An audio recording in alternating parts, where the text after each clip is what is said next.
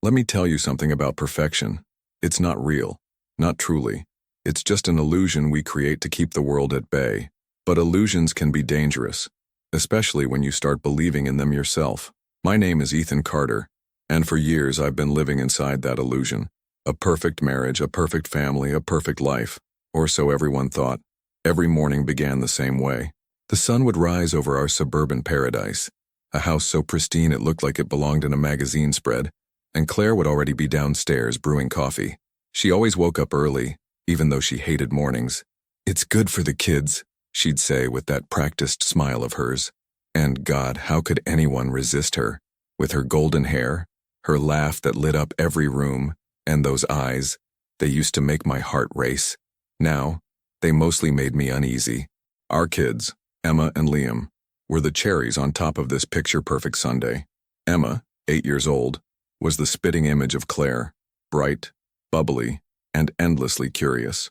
Liam, 6, took after me, quiet, observant, and prone to disappearing into his own little world.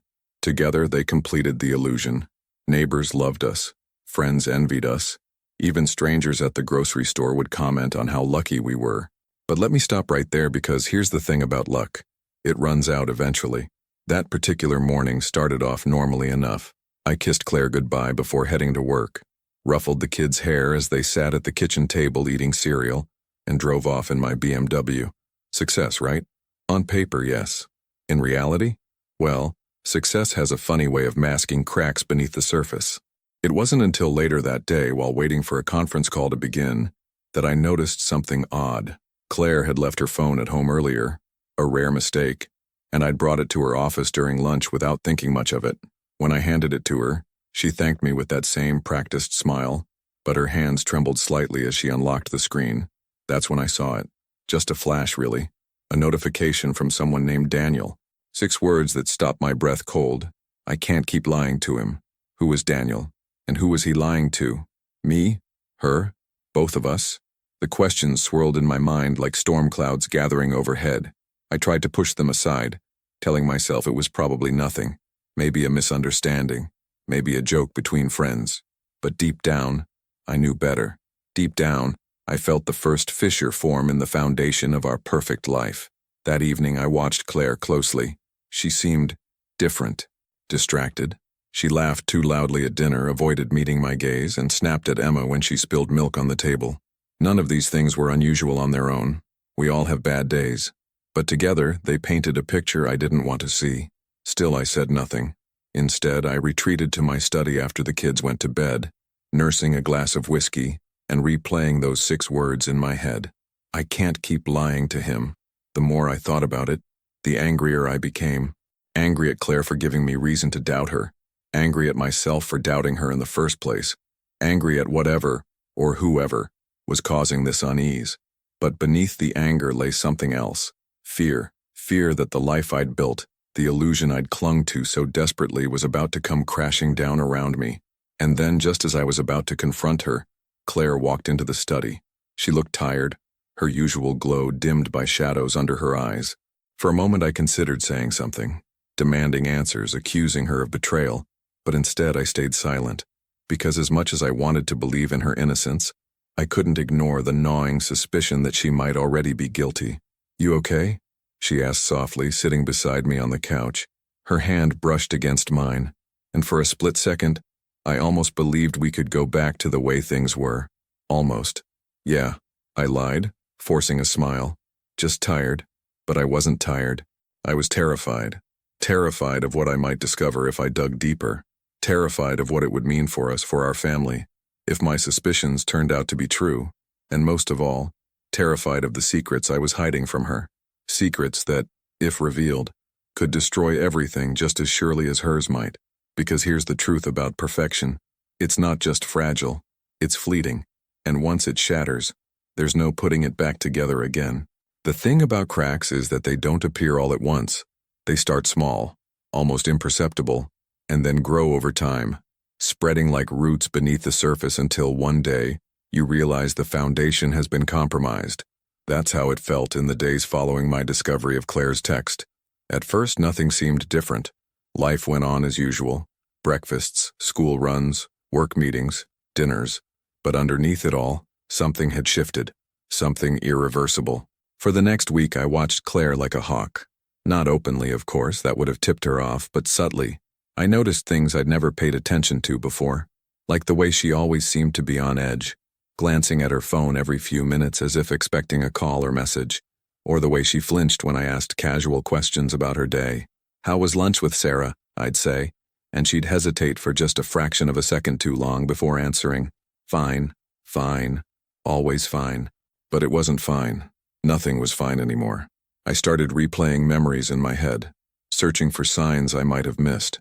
Had Claire always been this distant, this secretive, or was I only noticing these things now because of what I'd seen on her phone? It was maddening, not knowing whether I was paranoid or justified in my suspicions. Either way, I couldn't shake the feeling that she was hiding something from me, something big. And then there was Daniel. Who the hell was he anyway? Sure, I knew him. He'd been my best friend since childhood, but lately he'd become more of an acquaintance than anything else. We didn't talk much outside of family gatherings or occasional catch-ups. He lived across town, worked some corporate job I barely understood, and spent most weekends playing golf or hanging out with his girlfriend, Mia. At least that's what I thought. Now, I wasn't so sure. Claire mentioned him more often than usual during those days. Too often, if you ask me. Daniel said this. Daniel thinks that. It was subtle, but deliberate, like she was testing me, seeing how I'd react. And maybe she was, because deep down, I think she knew I suspected something. She had to know. One night, after putting the kids to bed, I decided to confront her. Not directly, but enough to gauge her reaction. "You've been spending a lot of time with Daniel lately," I said casually, flipping through channels on the TV.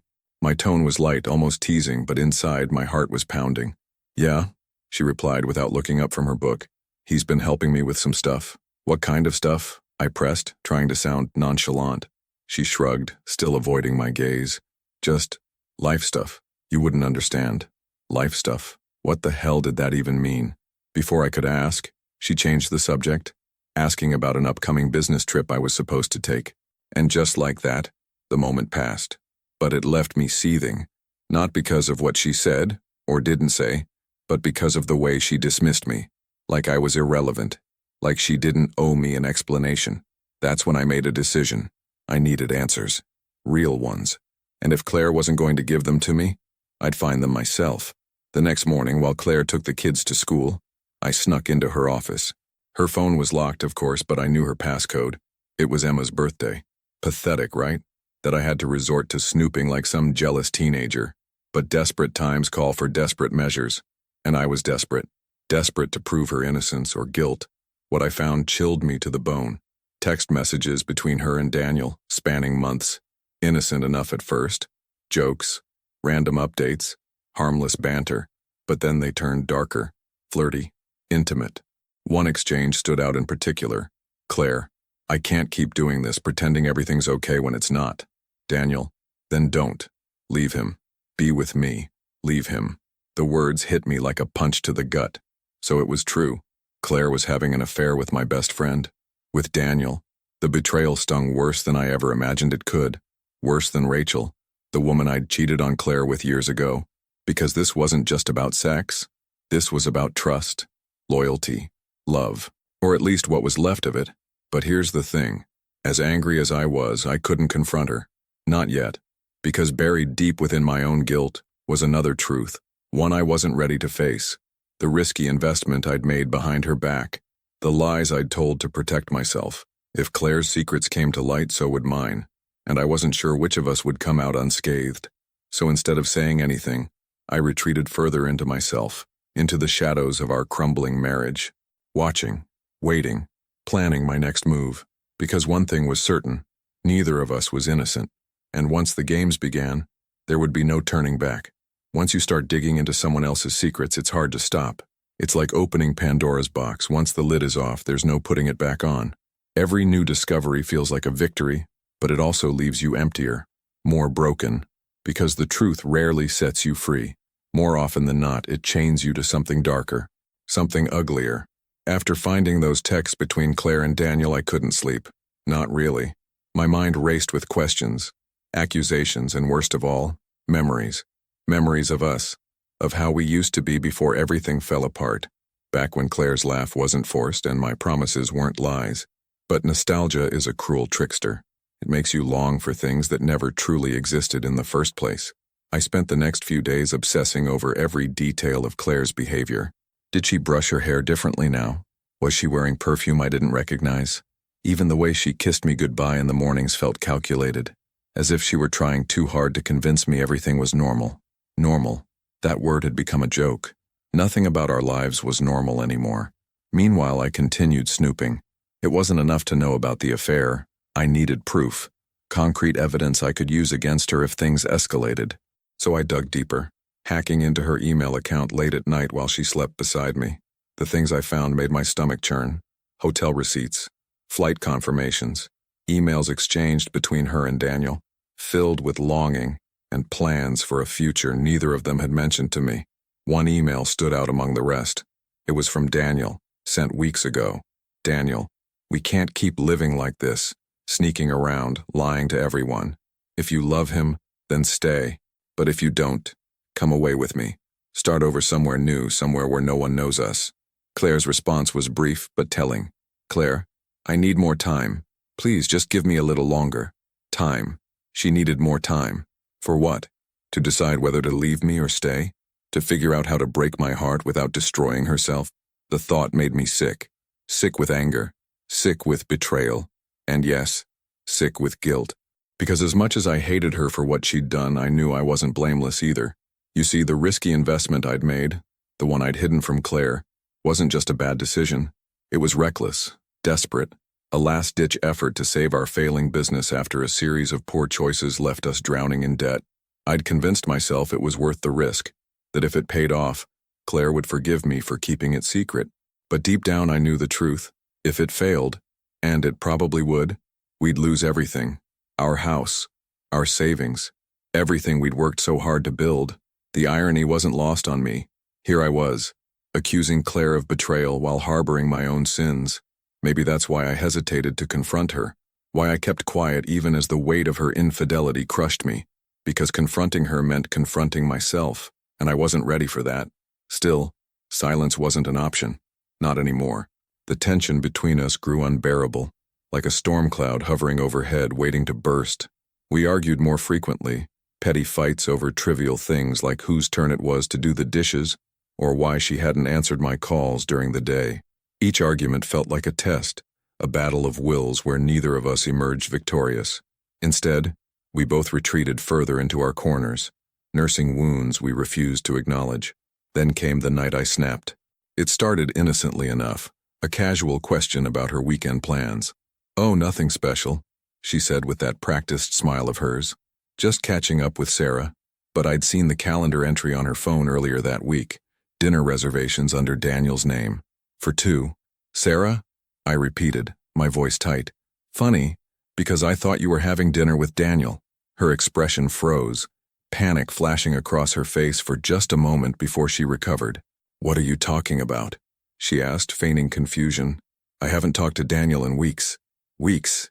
She actually said weeks, as if I hadn't read their emails, seen their messages, uncovered the trail of lies she'd been leaving behind her.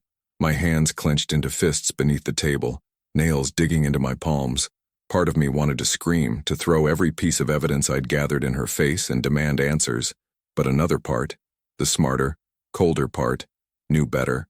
Confrontation wouldn't solve anything, not yet. Instead, I smiled. A slow, deliberate smile that sent a shiver down her spine.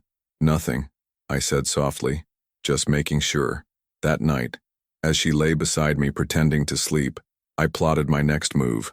Claire thought she had the upper hand, but she was wrong. Dead wrong. Because while she was busy planning her escape, I was preparing mine.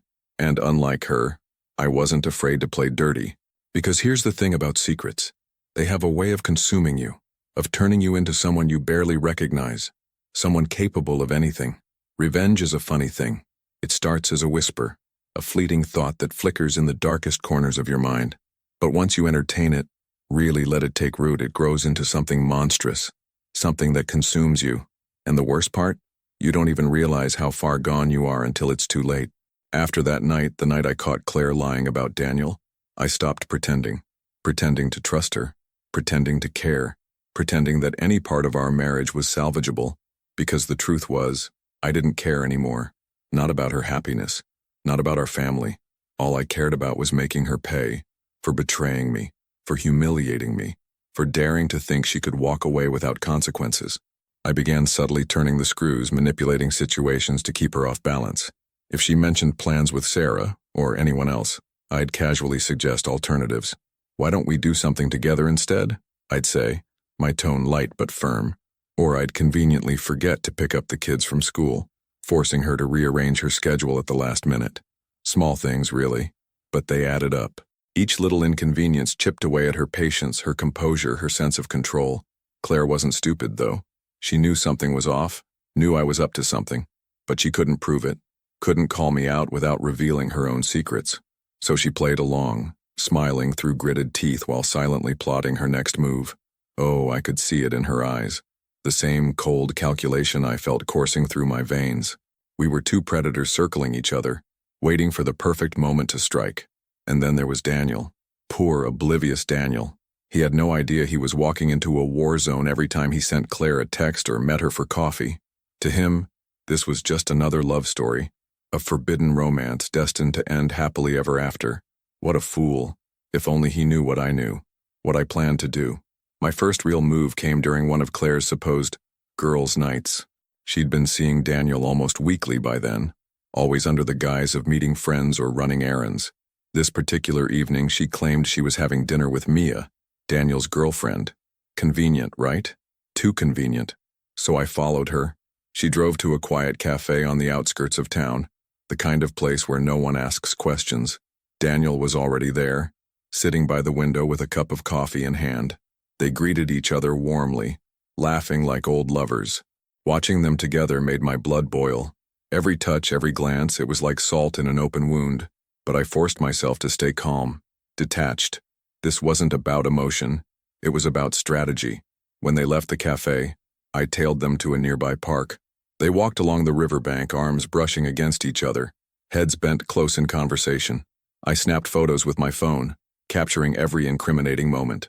By the time they parted ways, I had more than enough ammunition to destroy them both. But I didn't confront her. Not yet. Instead, I waited for the right moment. A moment when she least expected it, when she thought she was safe. That moment came a few days later during one of our increasingly rare family dinners. The kids were upstairs playing, leaving Claire and me alone at the table. She was scrolling through her phone, barely acknowledging my presence when I slid my own device across the table toward her. On the screen were the photos I'd taken, the ones of her and Daniel in the park. Her face went pale. For a second, she just stared at the images, frozen in shock. Then she looked up at me, her eyes wide with panic. "Where did you get these?" she whispered, her voice trembling. "Does it matter?" I replied coolly, leaning back in my chair. "What matters is that I have them. And if you try to leave me, if you so much as breathe in Daniel's direction again, I'll make sure everyone sees them. Your friends, your family, the PTA moms who adore you, everyone." She opened her mouth to argue, to deny it, but nothing came out. There was no point. She knew I meant every word. For a brief moment, I felt triumphant, powerful, like I finally had the upper hand. But then I saw the look in her eyes. Not fear, not guilt, but resolve. A steely determination that sent a chill down my spine. Because I realized something in that moment. This wasn't over. Not by a long shot. Claire wasn't going to back down. Neither was I. And as the battle lines were drawn, one thing became painfully clear. Neither of us would emerge unscathed. There comes a point in every war where the lines blur, where you can no longer tell who's winning or losing because everyone is bleeding. That's where Claire and I found ourselves. Two broken people standing amidst the wreckage of what was once our life. Neither of us had won. Neither of us could win. Because in the end, revenge doesn't heal wounds. It only deepens them. The fallout from my threat came swiftly. Claire didn't cry. She didn't beg. Instead, she looked at me with those piercing eyes of hers and said something that stopped me cold. "You think you're the only one with secrets, Ethan? You think this is just about Daniel?" Her voice was steady, almost eerily calm. It sent a chill down my spine. I wanted to laugh it off, to dismiss her words as a desperate attempt to deflect blame. But there was something in her tone, something dangerous, that made me hesitate. For the first time, I wondered if I'd underestimated her. If maybe, just maybe, she had cards I didn't even know existed. "What are you talking about?" I asked, trying to sound confident but failing miserably. She leaned forward, resting her elbows on the table. Her expression was unreadable, a mix of anger, sadness, and something else I couldn't quite place. Resignation, perhaps, or pity. "Do you remember Rachel?" she asked softly. The name hit me like a punch to the gut. Rachel, the woman I'd slept with before we were married. The affair I'd buried so deeply I sometimes convinced myself it never happened. How did Claire know about her? I'd been so careful, hadn't I? "How do you—" I started, but Claire cut me off. "I've always known," she said simply. "I found your emails years ago. Every sordid detail. I chose not to say anything because I thought we could move past it, build something real. But now I realize that was a mistake. You don't change, Ethan. You just lie better." Her words stung more than any accusation ever could. Not because they were cruel, they weren't, but because they were true. I had lied, over and over again, to her, to myself, to everyone. And now, here we were, tearing each other apart piece by piece. But Claire wasn't done yet. Oh no. She reached into her purse and pulled out a folder, sliding it across the table toward me.